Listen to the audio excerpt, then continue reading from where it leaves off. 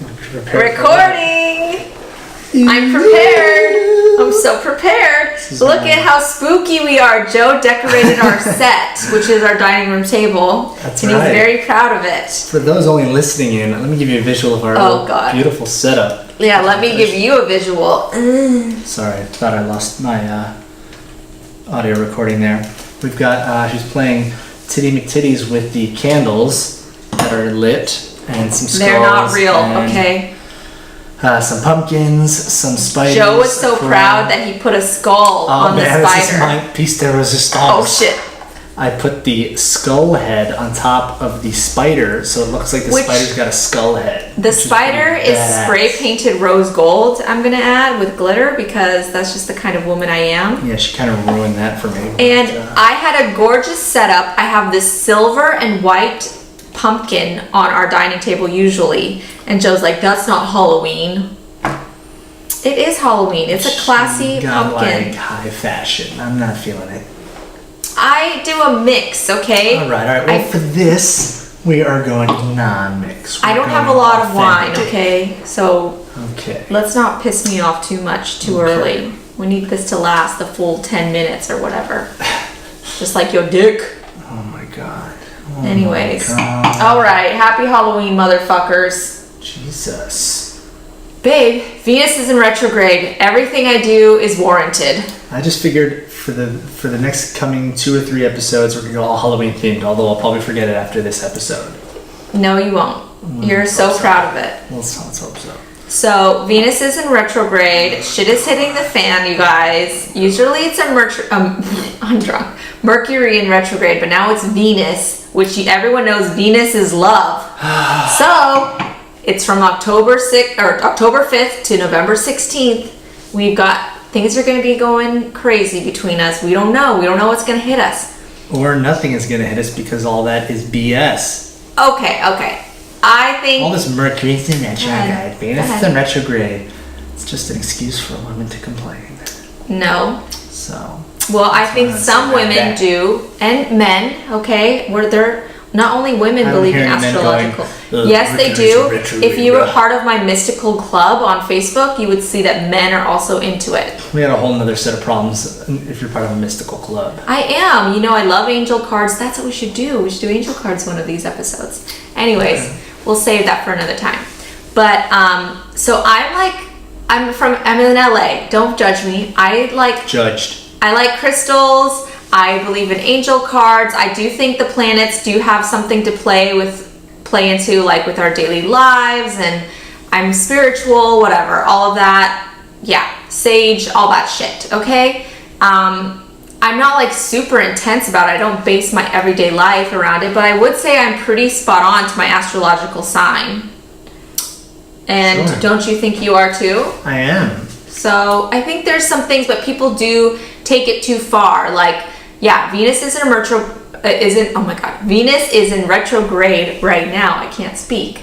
But I'm not going to just let anything that happens to me, I'm not just going to be like, oh, it's because Venus in retrograde. Oh, it's because, and like give up on like trying to fix my life because I'm just going to blame it on something else. Venus in retrograde isn't like a scapegoat for all your problems, but if things are happening to you frequently, like especially with your love life this next month, you can be like, okay, well maybe this is part of it, but it doesn't mean you can just sit back and whine like a little bitch. You should still like try to fix your shit, right? Sure. You should always be working on yourself. I know, but if things are out of your control and just like shit keeps happening to you, then you know, like if we start like fighting a little more, or you know, one of the things they say is that your ex-boyfriends are just gonna come out of the woodwork and into your fucking DMs. They're gonna slide right in.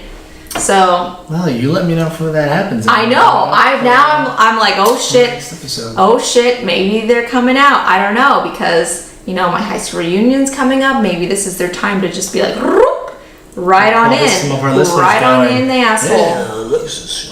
So now they're gonna spark in. I like it. They're gonna sense this weak moment in our relationship and be like, this is my time. I didn't think we were in a weak moment, so that's oh, let's start fighting then, because Venus in retrograde. Yeah, I'm gonna tear you apart. Screw you, fucking fuck. What? Sounds violent. You said. So yeah, they say like a lot of people will break up because it's a mirror will be put in front of you to see if this relationship really what you want, Joe? Is it? Brother. I feel like a little bit of that because we're getting a lot of pressure about getting engaged and when are we getting married and when are we gonna like, you know, do all of this next steps in our lives shit. I just want to get on that insurance plan. That's all I've been thinking about. Oh my god. Am I right? Insurance. Oh my god. Whoop, whoop.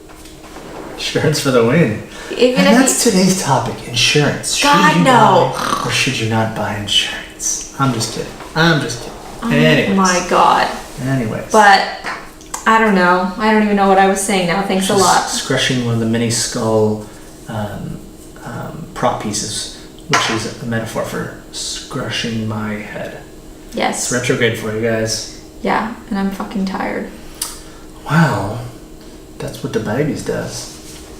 Speaking of babies, one of our dogs, well, not our dog, our roommate's dog, he had to get some teeth pulled out. Poor Cindy's. I know. But he's so sprite right now. And he's an old dog. Yeah, he's like 13, 14 years old. Old dog, but he is more sprite than Everly, who's younger, but also old. Yeah. Well, Everly's always just been a lazy dog. Yeah. But, so, Joe's cousin is thinking of getting a dog. And I think she's around the same age I was when I got Everly. And, you know, just like how my mom was, her mom isn't too thrilled about it, doesn't want her to get a dog. Because it is a lot of responsibility. But I also think it makes you grow up because you have to be like thinking about it. You know, if you're like clubbing until 4 a.m., which you can't really do in LA because clubs aren't open that late. But okay, beside the point. Oh, excuse me.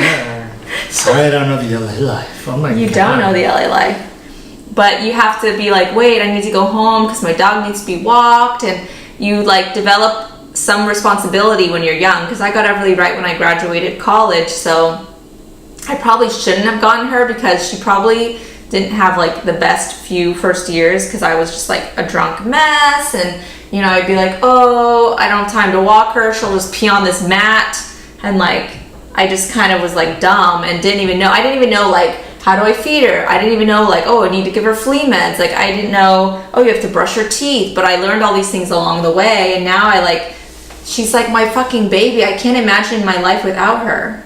Yeah, there's I didn't own a dog before this. I grew up with cats, but biggest things I can say that no one really talks about. Whenever you think, oh, am I gonna get a dog? The biggest things you talk about is just, well, who's gonna walk it? Who's gonna feed it? That's like, that's entry level shit right there. That's like, if you're trying to debate that, you're not ready, because there's so many things beyond that. Like especially because we have older ones. When it goes to the hospital, oh my like, God, you're ready to pay those bills. How much is an average bill in the hospital for an older dog? Everly's teeth, she had one taken out and two fixed, cost me $700 fucking dollars. That's what I'm saying. Now obviously prices may vary, but you're gonna be spending a couple $100 taking that dog to the vet. Are you ready to do that? Also, when you want to go on vacations, if you travel a lot, do you have someone to bring the dog to? Who's going to watch it? Yeah. We're lucky because our neighbor has a dog and we switch, we take turns. Yeah, so we need to have a good support system. But are you ready to pay to bring it to a daycare place? Do you have a friend you can trust to do it? Do they even know what to do? That was the other thing. Third thing, we were talking about this with my cousin, was small dog versus big dog. If you're here in LA or in the city, we've agreed that we're kind of against a big dog. Getting a big dog. I just don't think it's fair. We don't think it's fair. We love big dogs, but if you're in a small apartment and not a place where it's got yardage to run around, I just don't think that's fair for a big dog. Yeah. And people don't realize that. They get it because they want a big dog, but those dogs need to run. Like people get like really running dogs, greyhounds, huskies, German shepherds. They need to be exercised so regularly. I don't even exercise myself. How am I gonna fucking exercise? Which is the other thing. Are you giving it the time it actually needs to be in shape or to learn tricks? There's dogs that really like to learn tricks, so you have to know your breed. You can't just say, oh, I like this one. Chihuahuas love to dig holes and hide in blankets, okay? So I just gotta buy a lot of blankets. Well, like the big thing is I see everyone getting French bulldogs or bulldogs. Oh. You know the breathing and hip problems that that those dogs have? Are you ready for those bills? You better be. And it's just so sad for those dogs. They are so overbred and like their faces are so fucked up. They can't breathe. Oh, poor things. I always feel bad for them. We're also big on fucking cute. Rescuing dogs, not buying.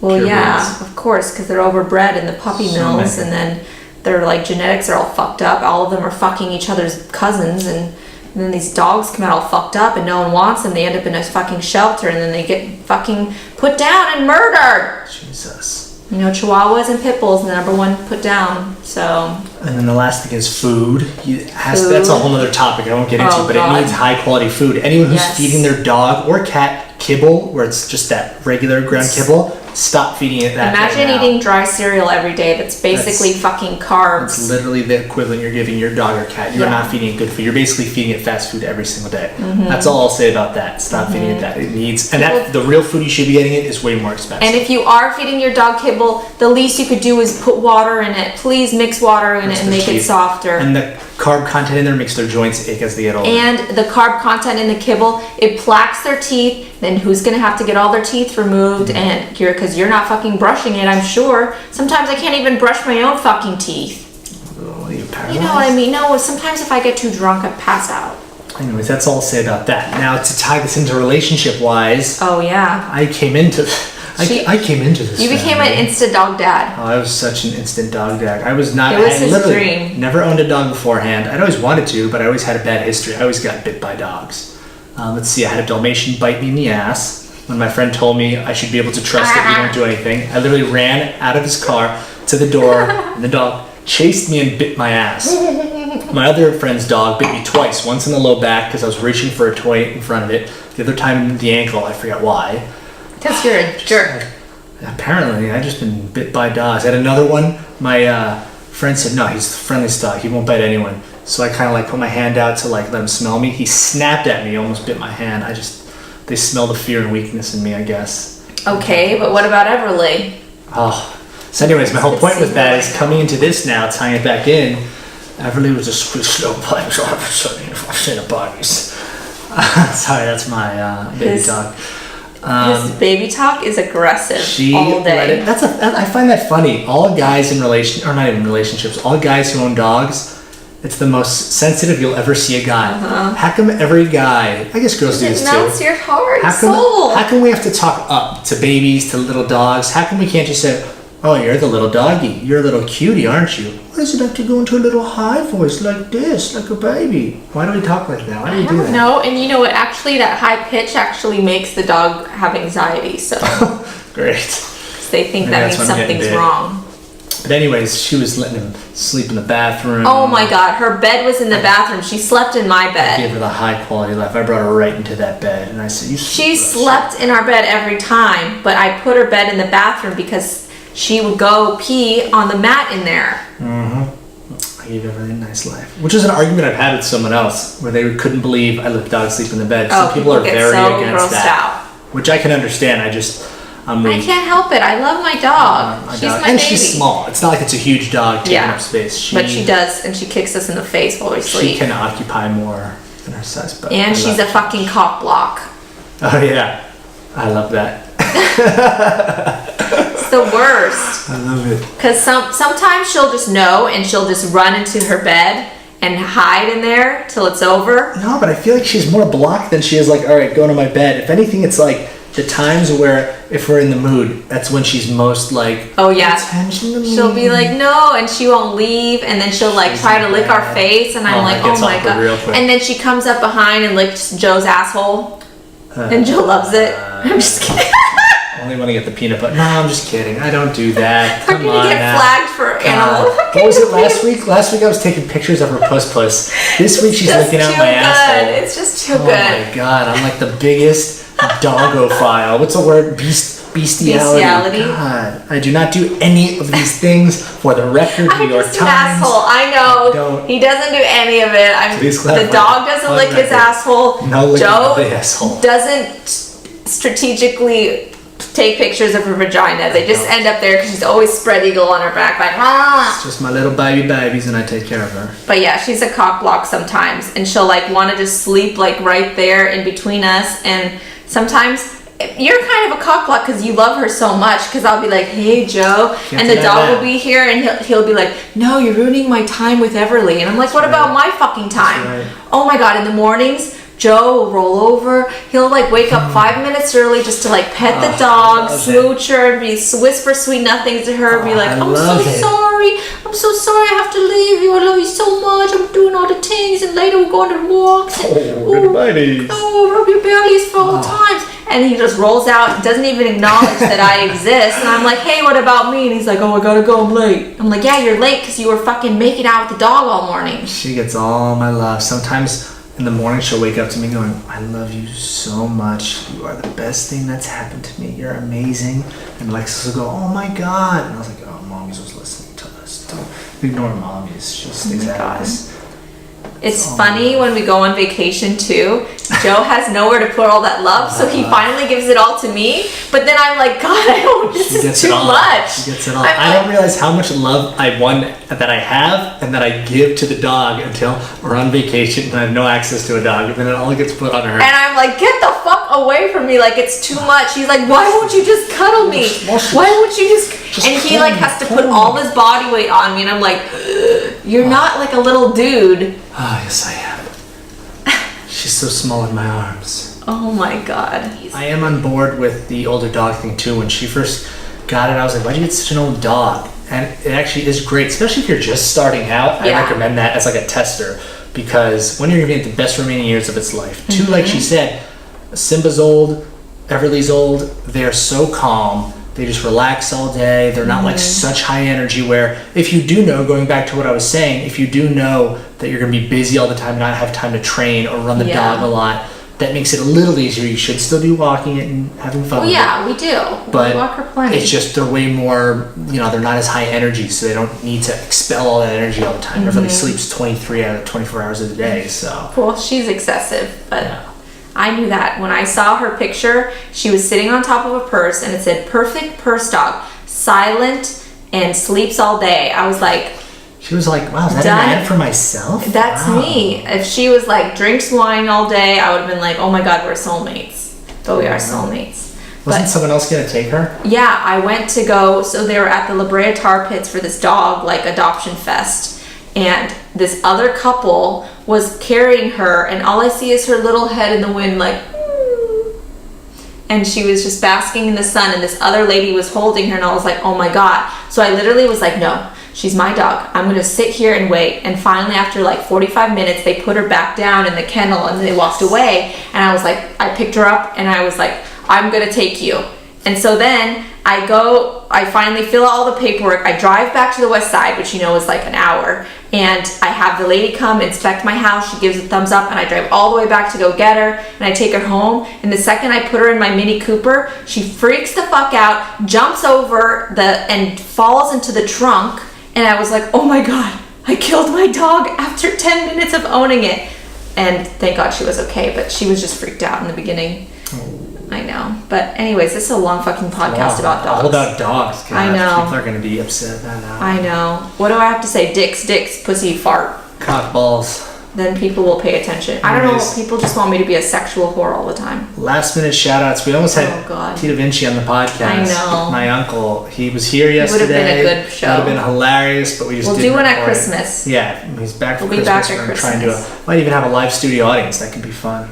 Ha ha ha ha. It'll be so fun to have fake laughter. Oh my god. Anyways, okay, I need to go to sleep. Oh, bye. Always the need to sleep.